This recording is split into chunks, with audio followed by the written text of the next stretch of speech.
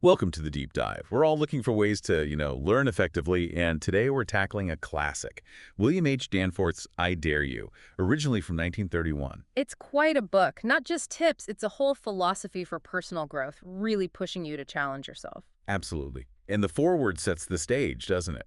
People like John L. Alexander, Sherwood Eddy, Walter Williams, they all talk about its power. They do. Alexander mentions how this dare idea genuinely worked for leaders in Danforth's own company.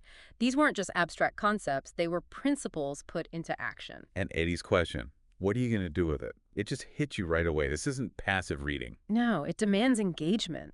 Williams called it truly inspirational.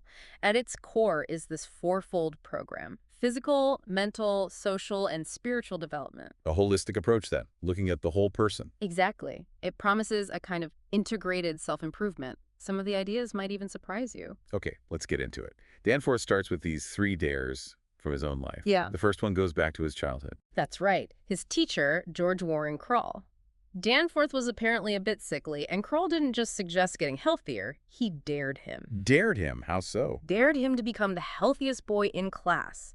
A direct, bold challenge. And Danforth described this immediate reaction inside himself like a switch flipped. Interesting. So it wasn't just the words, but the challenge itself. Precisely. It sparked something. And he said it had a lifelong impact on his health. That targeted dare awakened a drive he didn't know he had. Okay, that's powerful. What's the second dare? It involves a salesman, Henry Woods. This guy apparently lacked confidence, wanted to quit. That's all the time, I guess. Right. But Danforth didn't just let him walk away. He dared Woods to go out and have his best sales day ever. Right then. Wow, talk about pressure. How did Woods react? Danforth saw what he called a light of battle in his eyes. Similar to his own experience. Woods took the dare, smashed his records, and actually ended up mentoring other salespeople later on. So the dare helped him overcome his own self-doubt. It seems so. An external challenge unlocking internal strength. The third story is about a mechanic. Okay. This mechanic felt stuck, overshadowed by colleagues with college degrees. He had the skill, but not the formal training. A common feeling, I imagine. Very much so. Danforth recognized his potential and dared him to go back to school. Which must have seemed impossible, especially if money was tight. It was. The mechanic didn't have the funds, but the dare resonated. He found a way, studied hard, graduated with honors, became an electrical engineer. It's incredible. And what's more, he then made it his mission to help others get educated. It shows how achieving one dare can ripple outwards. So these dares are about tapping into something deeper. An underlying wish, maybe? I think that's exactly Danforth's point, and he notes, look, not everyone accepts a dare, but he felt the act of daring someone, of presenting that possibility, was valuable in itself. It plants a seed. Right. Which leads him to this idea of life as a glorious adventure. He contrasts this with living defensively. Defensively? Yeah. Like worrying about losing your job, getting sick, failing, that sort of thing. Exactly. Fear-based living. Danforth argued for an offensive approach. Attack life, seize opportunities. So courage isn't about not being afraid. Not at all. It's about conquering that fear, acting despite it. Opportunities don't just fall into your lap if you're waiting defensively. You have to go after them. He used that Henry Ford story, doesn't he? About the unbreakable glass. He does. Ford looked for people who didn't know it was impossible. That's the offensive mindset, thinking possibilities, not limitations. And the anecdotes about the mother fighting off a bear, the conductor becoming a general. Illustrations of untapped potential, what Danforth calls the sleeping giants within us. Sleeping giants, meaning? Our hidden reserves. Physical strength we don't realize we have, mental capacity we haven't stretched, our ability to connect with and influence people, the depth of our character. They're all waiting to be woken up, essentially. Okay, so that sets the stage for the 4 specific dares. Let's start with the physical dare. Right. He saw health as absolutely fundamental, the bedrock for everything else. He even quotes Disraeli on public health being vital for a nation. Makes sense. What was Danforth's own approach? Pretty disciplined, actually. 8-hour sleep, open windows for fresh air, regular exercise, conscious eating, a daily walk, sunshine, good posture. He admitted people might think him a bit of a faddist, but he believed in it strongly. He lived it. And he used that contrast between John and George. Ah, yes. John sees exercise as a chore, something to endure. George sees it as an investment, something that brings energy and well-being. It's about mindset. And the daily prescription from the bootmaker. Simple but effective. 2 miles of oxygen 3 times a day. Basically, walk. He suggested it helped physically and even socially if you walked with others. He also mentions Dr. Joel E. Goldthwait. As an example of someone who just radiated health and inspired others by his own vitality, living proof of his principles. And the posture tips, they seem almost too simple. Deceptively simple. Abdomen in, stand tall, walk at attention. He even gave visual tests using a wall or mirror. Good posture wasn't just about looking better, it was part of overall physical vitality. Okay, physical foundation set. What about the mental dare? This is about becoming an active, creative thinker. Danforth stresses that ideas are always in demand. He mentions Stephenson inventing the locomotive. Imagine the immediate need then. But he says the audience for good ideas is just as real today. The Charles Hall story fits here. Perfectly. His Oberlin professor dared him to find a cheap way to make aluminum.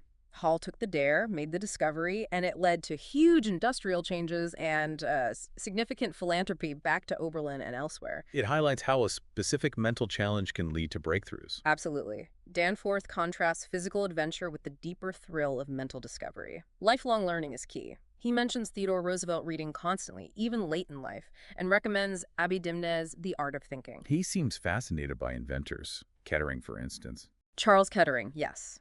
The Delco system, the self-starter for cars, faster paint drying.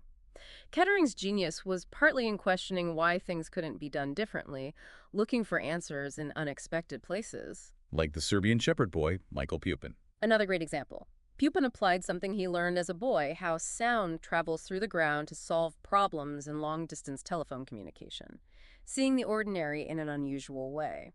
So innovation isn't always about inventing something totally new from scratch. Often not. It's about new interpretations, new connections, like the professor whose vest button popped off, leading to the theory of the mind having emergency organs, untapped reserves, or Dr. Finson's seeing a cat seek sunlight, leading to light therapy, or Ego Etrich looking at a Xenonia seed for airplane wing design. Inspiration is everywhere, if you're looking. But Danforth, citing a Dr. Holmes, worried that few people really think purposefully. He urged readers to set definite aims, work towards conclusions. And he brings in Carlyle's definition of genius. An infinite capacity for hard work. It underscores that great thinking often requires deep focus and effort, not just flashes of inspiration. He valued depth over superficial knowledge. The story of Bill Brown and his oxen. What was that about? It illustrates the need for active mental driving. Don't just be pulled along passively like the oxen. Direct your own thoughts. Makes sense. And the notebook habit. A practical tool. Capture ideas, observations, insights. Don't let them slip away. It aids memory and helps cultivate thinking. He also talks about Bill the Dreamer. But crucially, Bill wasn't just a dreamer. He had executive ability. He acted on his dreams, tested them, made them real. So the mental dare isn't just about thinking, it's about doing something with those thoughts. Precisely. He ends this section with a concrete challenge. Spend a month focused on creative thinking. Aim to produce at least one original idea, referencing the sewing machine, how a small change can have a massive impact. Okay, mind stretch. Now the social dare. Personality to the front. Right. Beyond physical fitness and mental sharpness, Danforth saw personality as crucial. That hard to define quality that draws people to you. Like a positive vibe. Yeah. Smile, voice, energy. All of that. Your step, your interests. And importantly, he believed personality isn't fixed. It can be developed. Wow. He gives the example of shy, timid country boys who became confident public speakers. How? By getting involved in service, meeting community needs. Action shapes personality. He mentions Lloyd C. Douglas's magnificent obsession here, too. Yes, the idea that doing good deeds, especially quietly without seeking credit, actually expands and enriches your own personality. It shifts your focus outward. He prompts the reader. How can you give back? So this magnificent obsession is about service. A consuming passion for serving others, which paradoxically builds your own inner self and outward appeal. He also talks about learning from others. Like meeting John Wanamaker. Right, and internalizing his qualities by asking, how would Wanamaker decide this? Or meeting Henry Flagler and learning his rules of life. Making worthwhile contacts matters. The fable of the north wind and the sun comes up here. A great illustration that warmth and persuasion work better than force when dealing with people. He follows this with simple, almost quirky tips. Like walking on the sunny side of the street. And washing your face upwards into a smile. Small physical acts to cultivate a positive outward demeanor. What did he see as key traits of great personalities? Broad sympathy, understanding others, leadership, even in small ways, and thoughtfulness, remembering details about people.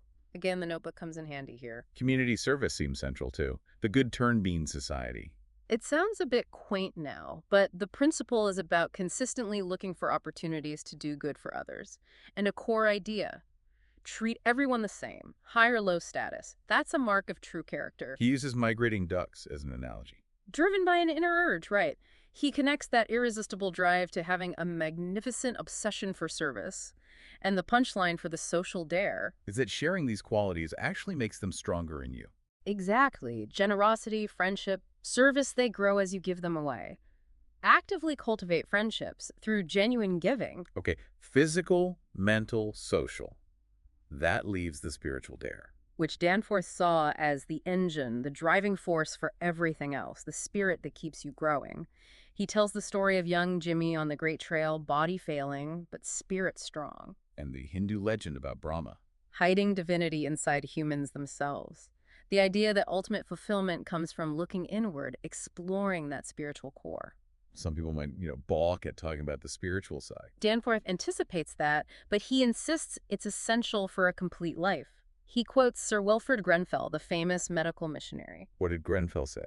that real religion takes courage, and it's a powerful motivator for action. Grenfell himself had a shift The shift. from seeing religion as, maybe just for certain types of people, to viewing it as a thrilling adventure of service, giving loyalty to a higher purpose and expressing it through action. Grenfell even said doing right can be more exciting than doing wrong. That's a different perspective. It is. Danforth urges readers to lift their thoughts, see spiritual growth as an opportunity, not a chore. He mentions Dr. Charles R. Brown's idea. You can judge a person by what they want, by their aspirations. And the suggestion to surround yourself with excellence for a week. An experiment. See how being around great art, music, nature, inspiring people affects your inner state. But again, it's not passive. Action is required here, too. Absolutely. Spiritual growth comes from doing right things, living your values. He uses a story from Dr. E. Stanley Jones about a bus driver praying to his bus but not actually, maintaining it. Prayer needs practice put behind it. So, identify your obstacles and make an offensive program for spiritual growth. Yes, just like in other areas. Find people who inspire you spiritually and learn from them. And it takes courage. Failures will happen. He quotes a coach here, Coach Meehan. Saying failures can be valuable lessons if you learn from them. Don't be afraid to stumble on the spiritual path. He also references the Apostle Paul telling Timothy to stir up the gift of God which is within thee. Meaning you have to actively use and develop those spiritual qualities. Exactly. Moral courage, dependability, honesty, having a cause. You believe in these things need exercise like muscles. He gives examples like the West Point cadet, Oscar Westover. As someone who just lived his faith through his actions, and the stories of the two girls during wartime. The richest little rich girl and the richest little poor girl. Mary Brendan and Ruth Adams.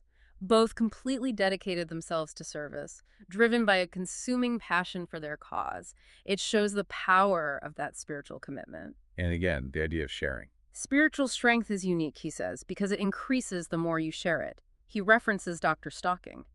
Use what you have to get more. Give away your spiritual gifts, and they grow. He mentions Gandhi, too. Gandhi asking people for all they could give, and President Hutchin's point about a few leading while most follow, urging the listener to step up, embrace their leadership potential spiritually too. And finish what you start, the horse race analogy. The white-faced horse at the Nebraska State Fair just kept going, focused on the finish line. Persevere. The final spiritual dare is to beat your best by investing your talents, your loaves, in service. Okay, that covers the 4 dares. It's a comprehensive framework. Yeah. To wrap this up, could you distill the core message into, say, 10 key takeaways from I Dare You? Let's try. 1. Specific, bold dares can ignite hidden potential. Go. 2. Adopt an offensive, proactive approach to life. See it as a glorious adventure. Right. 3. Physical health is the essential foundation for everything else. Mm-hmm. 4. Engage your mind constantly. Cultivate creative thinking and lifelong learning. Got it. 5. Personality isn't fixed. It's developed largely through outward focus and action.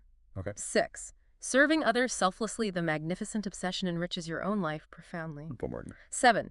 Your spiritual core is the engine for sustained growth and purpose. Makes sense. 8. Real growth in any area demands action, not just intention.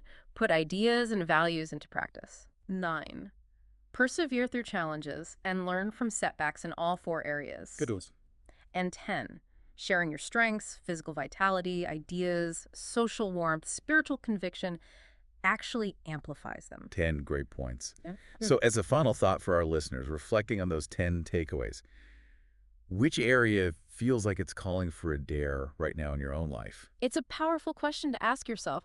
Danforth's message really is timeless. Meaningful growth comes when you intentionally challenge yourself across your whole being. Absolutely. I dare you. Oh. Leaves you feeling that you probably have way more capacity than you realize. The adventure is daring to find out what that is.